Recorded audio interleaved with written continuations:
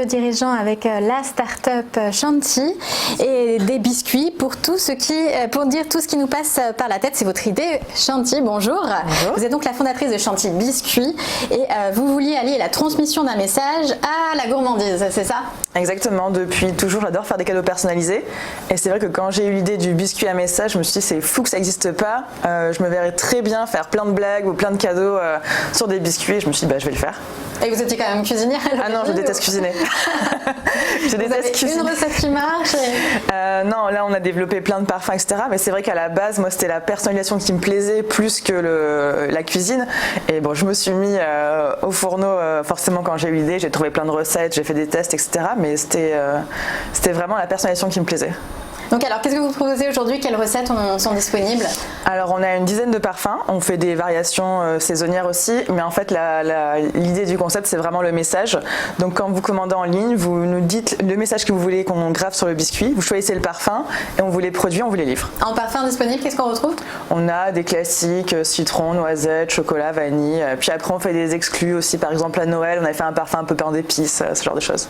Et alors qu'est-ce qu'on peut écrire, on peut peut-être dessiner aussi? On peut mettre des logos, des motifs, on peut tout écrire et en fait on fait que du sur-mesure. Donc on n'a pas de message prédéfini, rien. Et bon, la plupart du temps c'est quand même des messages d'amour ou des joyeux anniversaires, des choses comme ça. Mais on a de plus en plus de messages de blagues entre les gens, de choses on ne sait pas ce que ça veut dire. C'est ça qui est marrant. Oui, il y a une part de mystère qui reste. Quel est le temps de fabrication entre quand on fait la commande sur le site et puis qu'on reçoit le... Alors vous les recevez à peu près sous une semaine, mais on peut faire des livraisons en 48 heures. S'il y a des urgences, on sait faire. Et le packaging, est-ce qu'on peut emballer d'une certaine manière? Alors vous pouvez choisir soit de les avoir dans les coffrets comme ça. Après vous pouvez aussi les avoir à l'unité dans des sachets si vous voulez les distribuer par exemple sur un mariage, sur un événement. Il y a plusieurs tailles de sachets donc on essaye aussi de s'adapter. Et alors le prix pour une boîte comme ça par exemple? Alors cette boîte elle vaut 32 €. Alors, où est-ce qu'on peut vous retrouver? Est-ce que c'est uniquement sur votre site Chanty Biscuits ou est-ce que vous cherchez justement à être distribué ailleurs? C'est que sur notre site parce qu'on produit à la commande, on n'a pas de stock et on avait déjà fait des tests de vendre des biscuits avec des messages préfaits et on s'est rendu compte que ça marche beaucoup moins. Les gens ils aiment l'idée, mais je préfère quand même faire mon propre message. Donc je suis pas du tout convaincue qu'on ait un marché retail. Donc pour le moment c'est qu'en direct. J'imagine que les entreprises sont aussi intéressées puisque c'est un moyen de faire de la publicité assez amusante.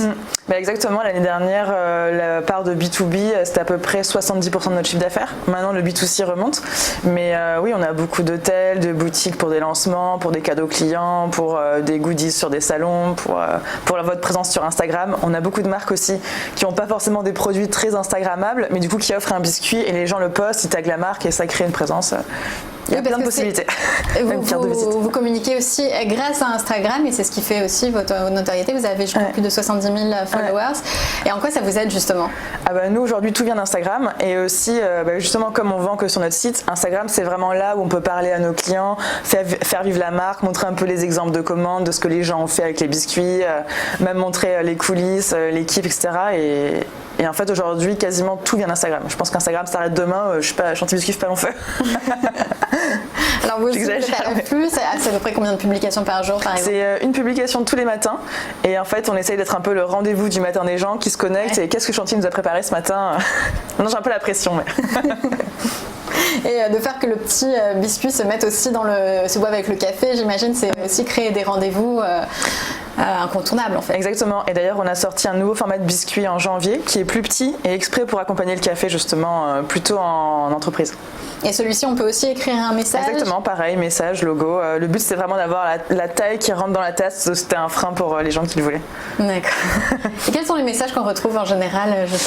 La plupart du temps c'est des messages, vraiment des messages d'amour ou de célébration d'événements, mais sinon il y a de tout. On a des gens qui se sont fait larguer sur les biscuits, des gens qui annonçaient leur démission sur les biscuits, coming out, on a tout et c'est ce qu'on préfère en fait, c'est voir les messages que les gens ont choisis. Quels quels sont les chiffres aujourd'hui de la start-up Chantilly Biscuits?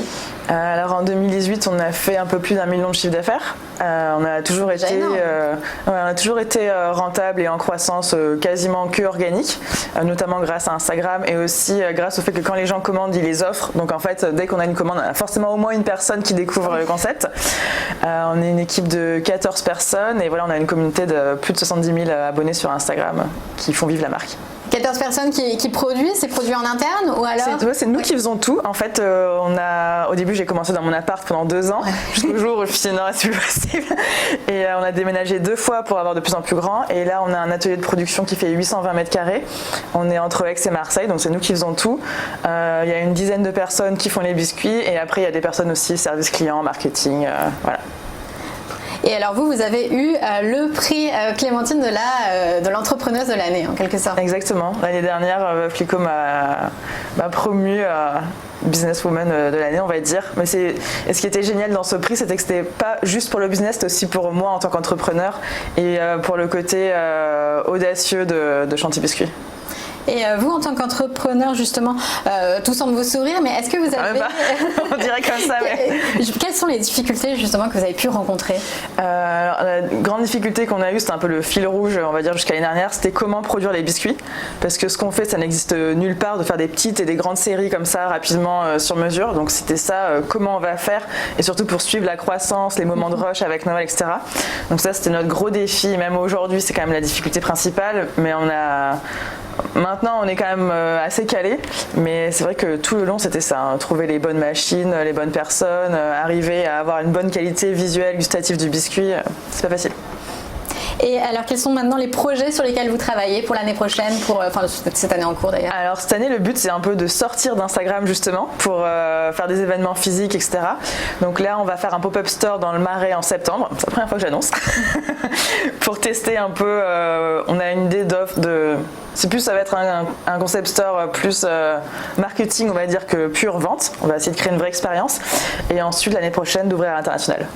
Et pour ce pop-up, vous allez créer les biscuits sur place, les personnaliser sur place? Ça c'est malheureusement impossible. Oui, c'est dommage. Il faut tout notre atelier de prod, on ne pourrait pas bouger. Mais on va essayer de créer une expérience avec des biscuits, etc., des partenaires, pour faire vivre un moment Chantilly Biscuits. Et le développement international, ce serait quelle zone que vous privilégieriez? Je pense que ce serait États-Unis. États-Unis, très bien. Ah oui, tant qu'à faire. C'est tout ce qu'on vous souhaite, le rêve américain, et leur faire découvrir donc les biscuits Chantilly. Merci beaucoup. Ouais. Donc Chantilly Béret, je rappelle que vous êtes la fondatrice de Chantilly Biscuits.